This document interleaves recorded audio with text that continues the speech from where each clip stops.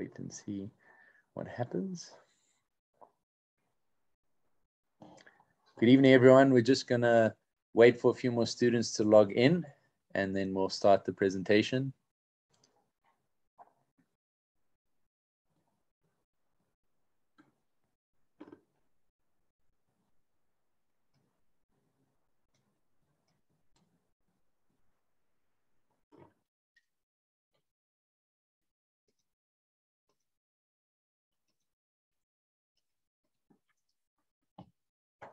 Cool. I think we've got quite a few students on. So Ali, I'm going to start. Good evening, everyone. My name is Nico. I'm the Managing Director of Global Education. We are the local representatives of over 400 universities worldwide, and we do the entire application and visa process for those universities. Students who are interested in studying overseas usually come and meet with us for an initial consultation, tell us what they're interested in studying, tell us which universities they're interested in applying to, and then we sort of give you all the information that's required in order to apply to these universities, and obviously give you the right information so that you can make the best decision moving forward, depending on which uni you want to apply to. You have to provide us with the academic documents and application documents, and then we sort of process the entire application for you. We help you with accommodation, help you with your visa, and also stay in touch with you when you're on campus.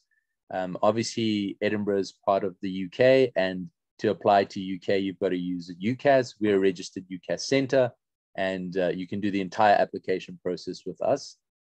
Just a little bit of housekeeping rules before I pass over to Ali. If you do have any questions, please feel free to ask them in the Q&A section. I will answer them in the background, and then we will have a little open discussion at the end of Ali's presentation. And I'll ask you questions directly to Ali, and she'll answer them as best as she can. And if there's anything specific that we can't cover during this presentation, please feel free to get in touch with us, and we can deal with those at a later stage. So that's it from me and Global.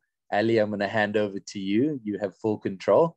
And yeah, welcome to the virtual webinar for 2022. And we're so excited to have Ali from Edinburgh with us. And you're still on mute, Ali, just so you know. Yeah, perfect. Thank you, Nico, for that lovely introduction. And hello, everybody, and good evening. My name is Ali Stewart, and I am the International Recruitment Manager at the University of Edinburgh. So I am delighted to be speaking with you all today to tell you a little bit more about the university. So I've just got a short presentation to take you through some kind of key insights into what it would be like studying at the University of Edinburgh. So I usually like to start my presentations by talking a little bit about Scotland. So the University of Edinburgh, of course, is based in the UK, but we're based in one of the 4 countries that make up the UK. We're in Scotland, and Scotland is very unique and distinctive in the UK. So very different to the other nations, very different to England, Wales, and Northern Ireland. In one way that we're different is we have a rather small population. So just over 5.5 million residents call Scotland home. And you can compare that to over 8 million residents that live in just the city of London. So very spread out up here in Scotland. And we are in the kind of the northern part of the UK. But we are very well connected to every major city here in the UK, as well as to Europe and the rest of the world through train stations and flights as well. And one of the reasons Scotland is unique is that we have our own parliament and our own education system here.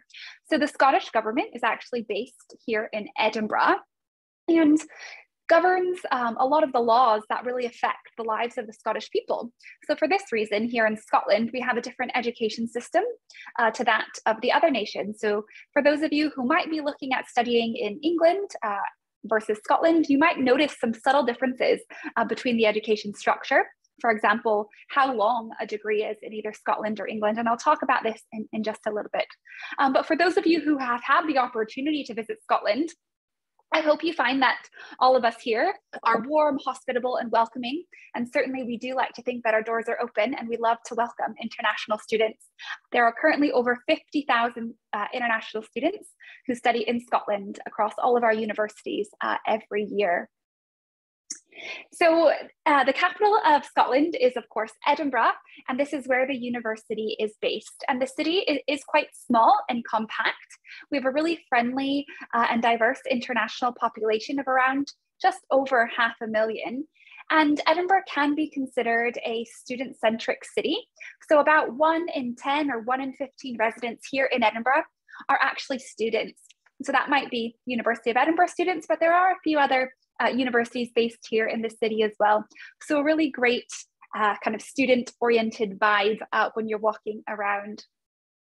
We're also termed the European Cultural Hub, or the Festival City, and that refers to a year-round calendar of festival and events that take place in Edinburgh that showcase lots of different things, whether it be comedy, film, writing, acting, art, science, and so on. So there's always something to do and something to see and somewhere to engage here in Edinburgh. So it's a really lively and insightful place to live. And as I mentioned, the size is really quite compact, and students find the city to be really user-friendly, really livable, extremely walkable. Most students will ride a bike, hire a bike, or perhaps buy their own or take public transportation. We have a really efficient and thorough network of buses and trams that help students get from one place to the other, such as our campuses. And also Edinburgh is a super friendly city for walking. So there's definitely no need to have a car here in the city. So a little bit about the University of Edinburgh. We are an ancient university.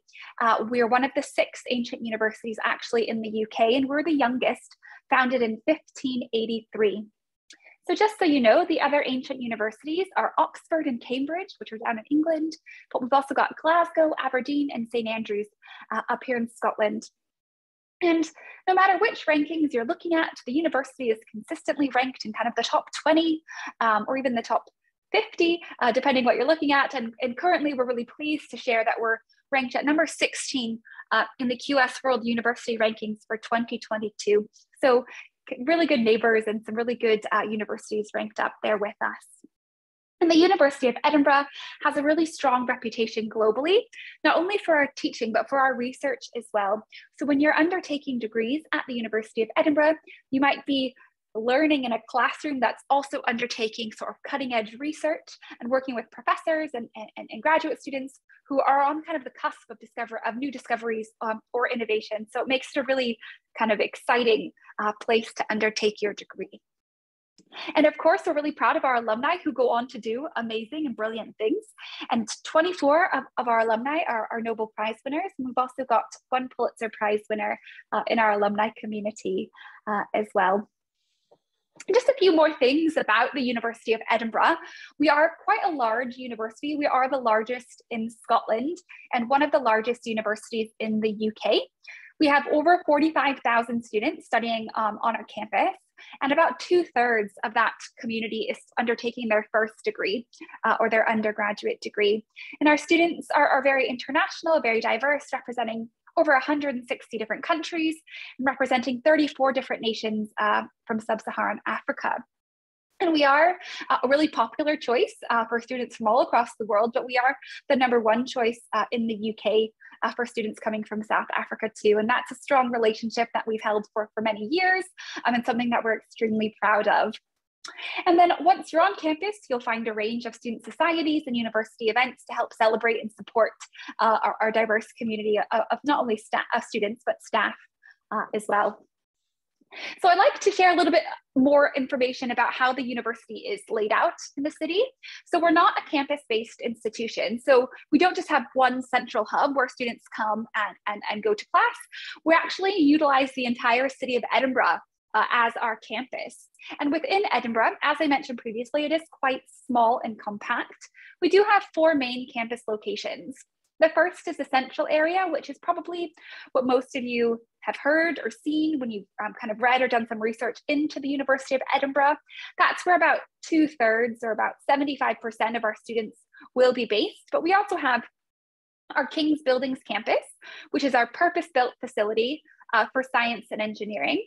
And then we have Little France, which is our bio quarter, or where our medicine students are based. And then lastly, Easter Bush, which is home to our School for Veterinary Medicine. So King's Buildings, Little France, and Easter Bush are all much more focused campuses, and the central area, which consists of lots of different buildings and offers a range of different students and communities and programs. But no matter which campus you're based primarily at, it's very easy to kind of walk, cycle, or bus between all of them and from your accommodation and into the city centre. And I think on my next slide, and depending on the type of device you're logged in on, you might not be able to see this that great. So I'll just run through it very briefly. But ultimately, what I wanted to share is that our central area of campus, which is in this kind of central ring on the slide, is only within a 10 to 15 minute walk of kind of the main city centre landmarks in Edinburgh. So Edinburgh Castle, the Palace at Holyrood House, the National Galleries. So we really are in the heart of Edinburgh. And as I mentioned earlier, most of our students will be based in this central area.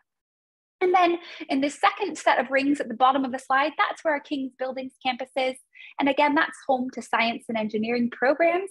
And that's about a 15-minute bus journey from the central campus. And then for those of you who can see this kind of cluster of purple buildings just right here near this big green blob, this is our kind of most popular accommodation facility for undergraduate students, and it's called Pollock Halls. And I'll talk a little bit more about that later on. But the last thing I wanted to point out is, before I move on, is all of the green space here on the slide depicts actual park space in Edinburgh. So the city of Edinburgh is about 50% green space. So that really makes such a difference to the quality of life for our students and our staff. And in between classes, it's not uncommon for students to be out exploring the outdoor space, including this inactive volcano called Arthur's Seat. Okay, so I'll share a little bit more about how the university is structured. So we have 3 academic colleges at the University of Edinburgh, and we use our academic colleges to divide up our different subjects. So our largest college is the College for Arts, Humanities, and Social Sciences, and that's based at the central campus. And so that's why I said the majority of our students are undertaking degrees in this college. Will be studying in that central campus. So that will be degrees in architecture, law, business, economics, philosophy, languages, and so on. Lots of different degrees within those subjects. Our kind of medium-sized college is science and engineering, and that includes degrees in biological sciences, physics, mathematics, computer science, informatics, astronomy, physics, chemical engineering, and more. And then our smallest college, of course, is our College for Medicine and Vet Med. And that college does kind of what it says on the tin, teaches students to become doctors and veterinary doctors as well. And across our portfolio, we do offer just around 400 undergraduate degrees, covering 58 different subject areas. So lots of choice, depending on what your interests are. We have a range of single honors degrees where you might study one subject in depth. So that might be a degree in philosophy, for example, but also a range of kind of joint honors degrees where you will study 2 degrees together. So that might be international relations and European history. So that might allow you to combine 2 subjects which you're passionate about. So I would really encourage you, if you're unsure what exactly degree the degree is that you want to study, is to have a look on our website, because you might actually find that we offer a degree that you've maybe never really thought about studying before. And then in terms of a timeline, we offer 2 11-week semesters with exams at the end. So students will start with us in September. They'll finish exams right before Christmas in December, and they'll come back in January with exams in May. And then undergraduate students will have the summer holidays off each year. Okay, so here I want to talk a little bit about what the typical undergraduate study might look like in Scotland. So I mentioned earlier that in Scotland we have our own parliament. So we have some rules in Scotland that might be different to the other nations here in the UK, like England. So in Scotland, the majority of our undergraduate degrees are 4 years in length. And this is different to England, Wales, and Northern Ireland, where degrees are typically 3 years in duration. And the reason we have a 4-year undergraduate degree in Scotland is because we want students to have flexibility and choice of subjects to study in their early years. We really want them to have a comprehensive and a broad curriculum, but we also want students to be able to specialize deeply into the subject that's important to them. So for this reason, students will apply to a major in Scotland. They'll take classes in their major from the beginning, from year one, but they're also able to take what we call outside courses or elective classes over your first 2 years that might allow you to try out a new subject that you've never taken before, or maybe to refine interest in a subject that you have taken previously. It allows you to have a bit of, I suppose, control and flexibility over what you're studying while still studying in depth into your subject. So you're getting a really kind of broad-based curriculum in the beginning, but also a lot of depth of study by studying one subject over the 4 years. And this also allows you to have some options or flexibility, perhaps with changing your major after your first or maybe into your second year, if that's something that is what you'd like to do. And also the degrees in Scotland are really designed to encourage a lot of the development of transferable skills such as independent inquiry, critical thinking, reasoning, and research skills as well. And I think it goes without saying, but because I've written it down here, all of our degrees that we offer at the University of Edinburgh are recognised internationally. And if further study is your goal, you can certainly go on to undertake graduate study after completion of one of our undergraduate degrees. So how do students learn at Edinburgh? So our undergraduate degrees offer a variety of different teaching methods. We offer a mix of lectures or tutorials, also independent study, perhaps lab work or design studio time, and it really does depend on the subject that you're studying. Tutorials and seminars tend to be smaller groups, maybe between 10 and 20 students, where you're discussing and analyzing a topic in detail, where lectures might be larger groups, 50 to 100 students, where you're being taken through a topic by a professor. So lots of different ways of learning that all complement each other. Something that you might be interested in knowing is the number of contact hours you'll have in a classroom each week. And this does vary by subject. So for humanities subjects, we suggest that students will most likely be in a classroom 12 to 15 hours each week. And for the sciences, it's more like 20 to 25 hours because we'll have lab time built into your timetable. However, students are expected to study up to 40 hours each week. So what this means is after your 15 or your 25 hours in the classroom, you're expected to be undertaking independent study where you're doing background reading, you're doing research in the library, you're working on a group project, you're typing up an essay, etc., etc. So you're actually spending a lot of time on projects and coursework, but you're being led by yourself and your kind of study timetable. So just a really important thing to note there. And most courses will either be assessed continuously through coursework in the classroom or by an examination at the end or through both. And all of these will be kind of clearly laid out in your course syllabus at the beginning of the semester. So I know I'm running kind of quickly out of time, but just to kind of touch on a few of different options or support services that the university offers.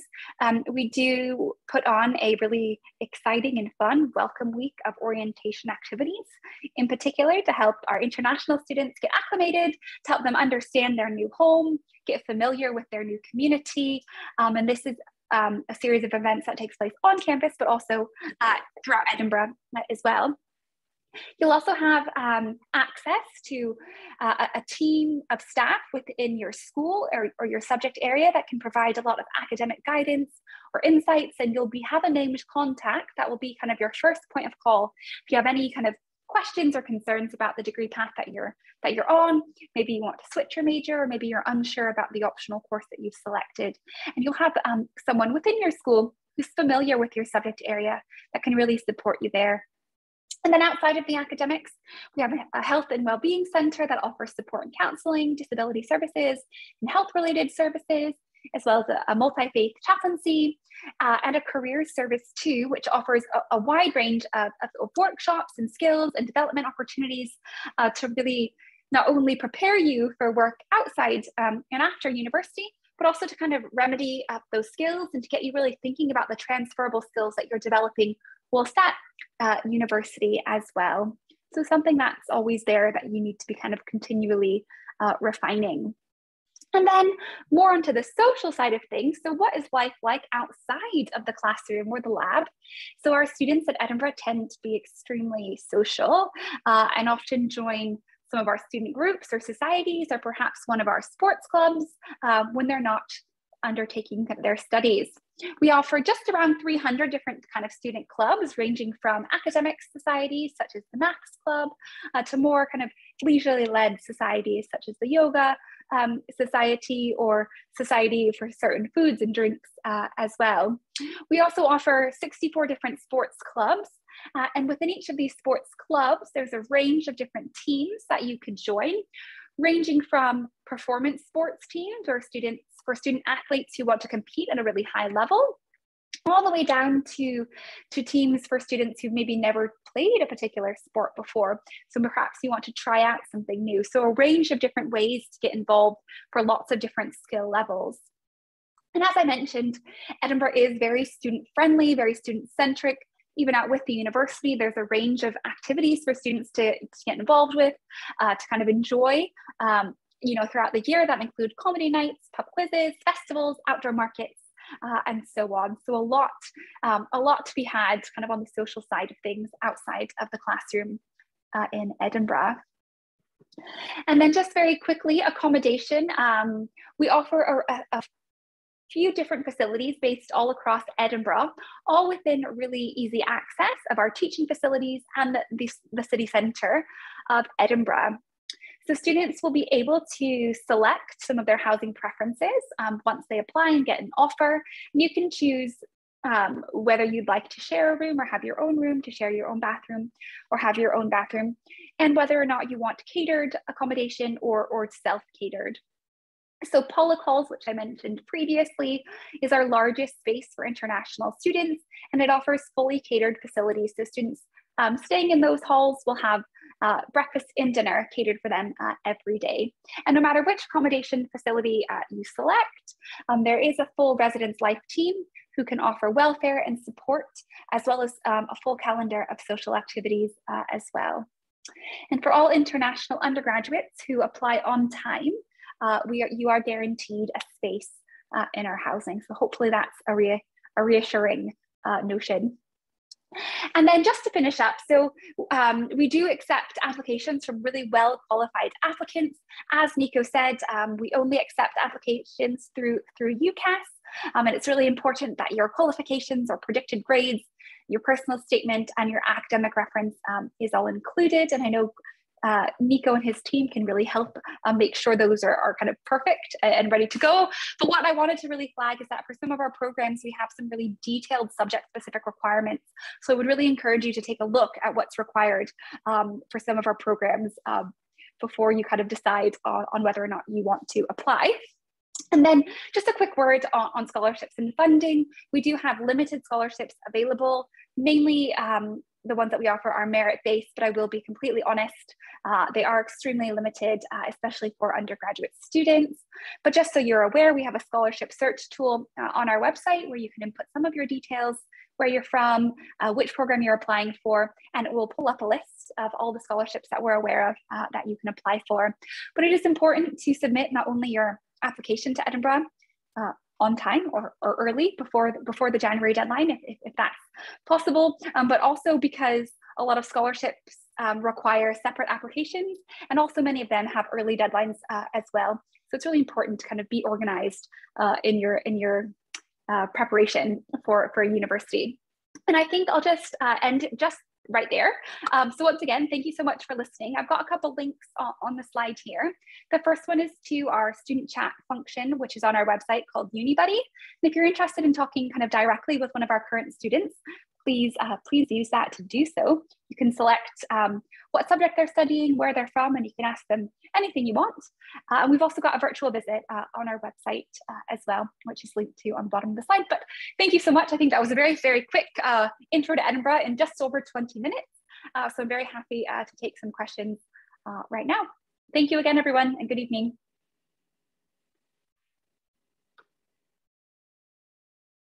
Awesome. Thanks so much, Ali. I really appreciate it.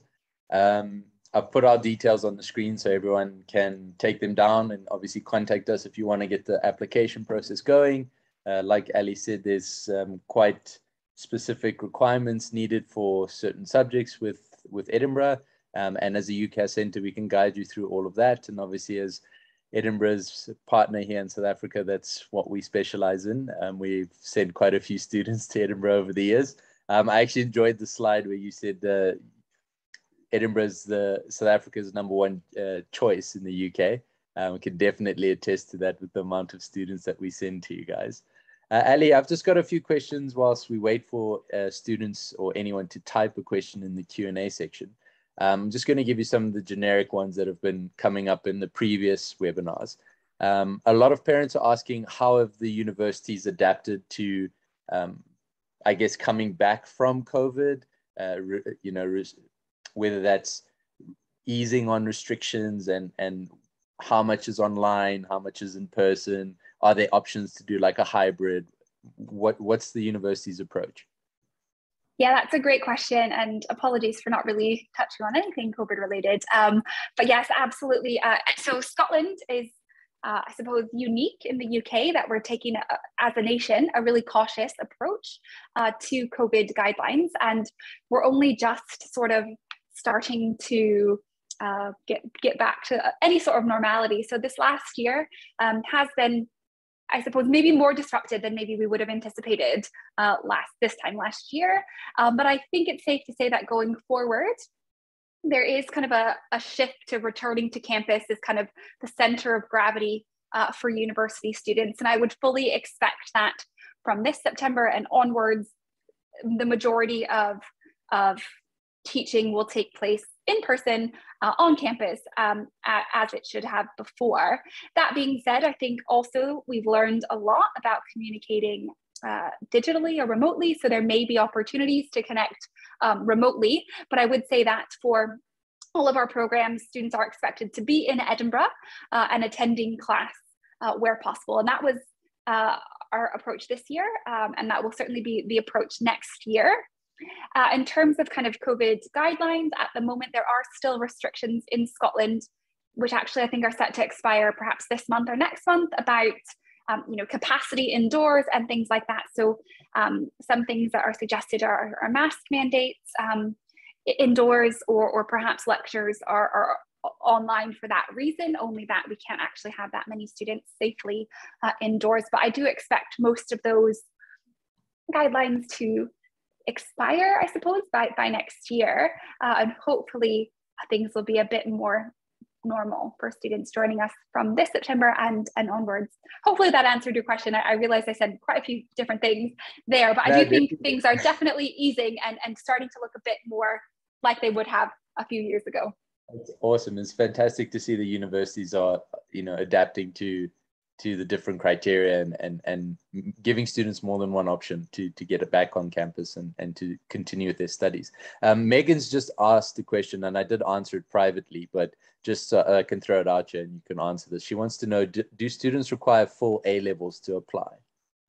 Oh, nope. And sorry, I didn't mention that either. So we accept a wide range of qualifications for entry. So if you've taken A-levels, fantastic. We can assess your application based on that. We also accept the local qualification from South Africa. So we accept the matric certificate, and kind of the minimum scores do depend on the subjects, but that is all listed out on our website, or I'm sure Nico and his team could help advise you there. After that, we also accept the IB certificates, AP classes, or SATs if you're studying an American curriculum. So there are a wide range of options that you can apply to Edinburgh with. Thanks, Ali. Anonymous is asking a medicine-related question. He or she wants to know, can a student apply with GED for medicine? A GED, so I assume that's just a high school diploma. Yeah. So for medicine, we are currently requiring students to have, in addition to a high school diploma, certain subject tests. So that might be AP exams in biology, chemistry, physics, or SAT subject tests if they had taken those before the cancellation. So we would need to see additional tests for medicine in addition to the GED. Awesome, thanks, Ali. Something I wanted to touch on, obviously, you know, Edinburgh has a different approach to their degrees with allowing students to sort of have a taste of everything in the first 2 years. Would you be able to elaborate a bit more on what students could do? Like, let's say, for example, a student has enrolled in an engineering program. How much of the first 2 years would be engineering related, and what else could they do in those first 2 years? Just to give parents an example of why it's so different. Yeah, and that's a great question, because actually, while I said there is a lot of flexibility, and there are limited amounts of flexibility on some programs, and engineering is a great example of that. So programs that have more of a kind of professional orientation, so I would say things like engineering, law, for example, psychology, also programs that might be accredited by external organizations, those will have less flexibility in taking a range of outside courses, although that doesn't necessarily mean that there won't be any options. Generally speaking, students will take 3 classes in their first year. If they're taking a single honors degree, they'll have 1 class in their major and perhaps 1 to 2 options. If they're taking something like engineering, which has a really kind of disciplined kind of core of subject knowledge, they'll probably likely take an engineering class, a physics or maths class as well, and then they might have 1 option. So for students in kind of the more, I suppose, technical or professionally oriented degrees, they might have the option to take 1 elective over their first year and 1 their second year. Perhaps those students in the humanities, just very generally speaking, might be able to take 2 electives in their first year and then 2 in their second year. So hopefully that makes sense. I know, again, that was a really vague answer, but we do have, like I said, about 400 degrees. So it does depend kind of on the actual subject, but that should hopefully give a bit more insight into how it works. And then in terms of what they can take, they have a lot of options. They can take anything from across our portfolio, as long as it kind of they meet 3 criteria. The criteria usually is that the classes they want to take doesn't conflict with their core subject. So if it's engineering that they're studying and they want to take Spanish, let's say, as long as the Spanish class isn't at the same time as their engineering class, they should be able to take it. As long as there's space in the class, that's kind of the second caveat. And then the third would be that any prerequisite knowledge that they might require, that they already have that. So for example, if it's a language, perhaps that they're able to demonstrate that they've taken a language in high school or something like that. Awesome. Does that help? Definitely. And Anonymous is back with 2 questions. I'm assuming these are different students, but could be one person. So the first question is, could you clarify how the academic year is structured? When does it start and when does it end? Sure. So the academic year starts in September, and it consists of 2 semesters that are about 11 weeks. So semester 1 begins just in early September and will finish before Christmas, so in mid-December. Semester 2 begins mid-January and will wrap up by about early May. Thanks, Ali. And the next question is, when is the deadline for applications into medicine for international students, either for this year or next year? Great question. So deadlines for medicine and veterinary medicine are October 15th. And that's not just for Edinburgh, that's all UK universities that offer medicine or vet med.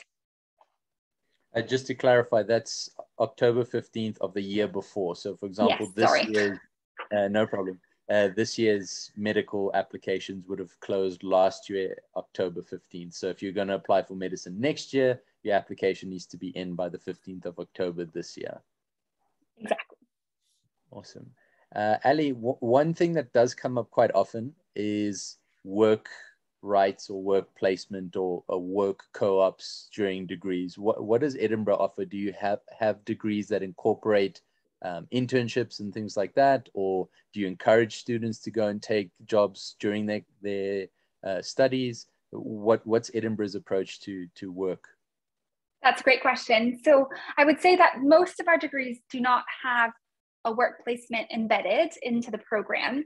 However, we would 100% suggest that students look to undertake some sort of a placement or opportunity, perhaps in their summer breaks or other kind of breaks, if they can. And opportunities will be presented to them through their school or college, kind of depending on what their degree is. And oftentimes I think that students kind of find out about these opportunities more organically. Perhaps their professor kind of shares them or shares contacts for these types of things. But what I should have said is that for students who want to undertake an international experience, and I appreciate students coming from South Africa are already studying internationally, but if you wanted to do a semester or a year abroad, that is also an option that is embedded into most of our programs for the third year.